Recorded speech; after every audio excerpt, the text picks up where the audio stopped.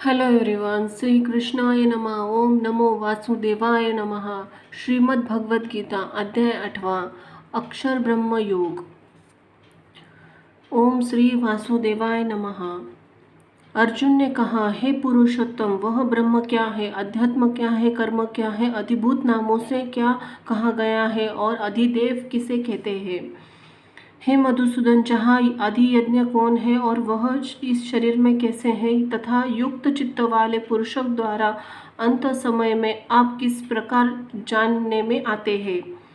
श्री भगवान ने कहा, परम अक्षर ब्रह्म है अपना स्वरूप, अर्थात जीवात्मा अध्यात्म नाम से कहा जाता है, तथा भूतों के भाव से उत्पन्न करने वाला जो त्याग है वह कर्म नाम से कहा गया है।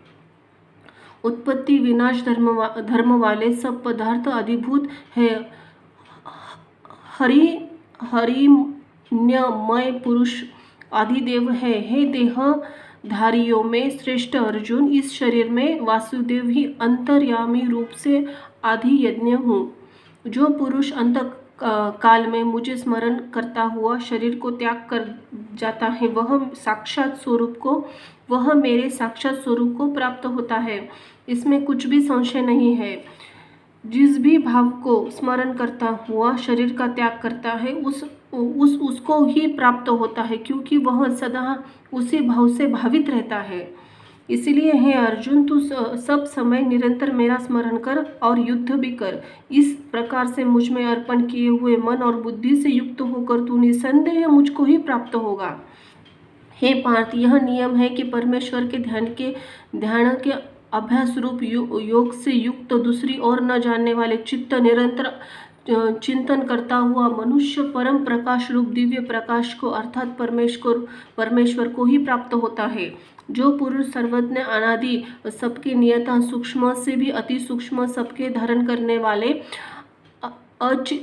औचित्य स्वरूप सूर्य के सदृश नित्य चेतन प्रकाश रूप और अविद्या से अति परे शुद्ध सच्चिदानंद घन परमेश्वर का स्मरण करता है, वह भय युक्त पुरुष अंतकाल में भी योग बल से भ्रुकुटी में मध्यम प्राण को अच्छी प्रकार से स्थापित करके फिर निश्चल मन से स्मरण करता हुआ उस दिव्य रूप को परम पुरुष परमात्मा को ही प्राप्त होता है।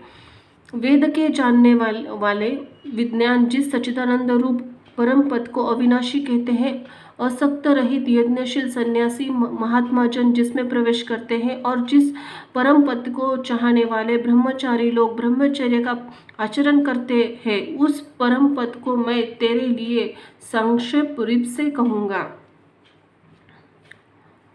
सब इंद्रियों के द्वारे को रोक कर तथा मन को हर्षे में स्थित करके फिर उस जीते हुए मन के द्वारा प्राण को मस्तक में स्थापित करके परमात्मा संबंधी योग धारणा में स्थित होकर जो पुरुष ओम इस अक्षर रूप ब्रह्म को उच्चारण करता हुआ और उसके अर्थ स्वरूप मुझ निर्गुण ब्रह्म का चिंतन करता हुआ शरीर को त्याग कर जाता है, वह पुरुष परम गति को प्राप्त होता है।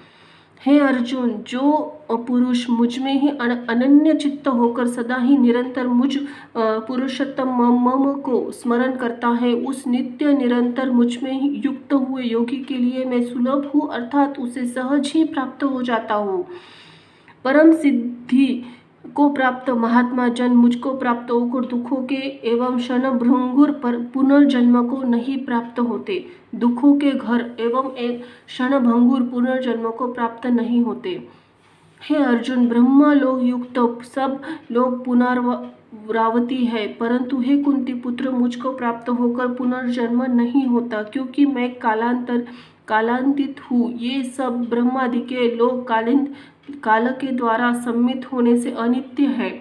ब्रह्म का जो एक दिन है उसको 1000 चतुर्योगी तक का की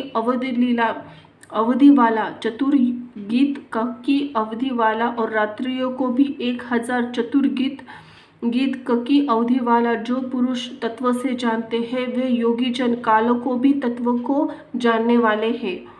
संपूर्ण चराचर भूतगण ब्रह्मा के दिन के प्रकाश काल में अव्यक्त से अर्थात ब्रह्मा के सूक्ष्म शरीर से उत्पन्न होते हैं और ब्रह्मा की रात्रि में प्रकाश काल में उस अव्यक्त नामक ब्रह्म के सूक्ष्म शरीर में ही लीन हो जाते हैं।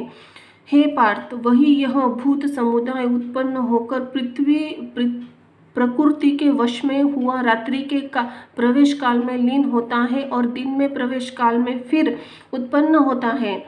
उस अव्यक्ति से भी अति परे दूसरा अर्थात विलक्षण जो सनातन अभिव्यक्त भाव है, वह परम दिव्य पुरुष सब भूतों के नष्ट होने पर भी नष्ट नहीं होता।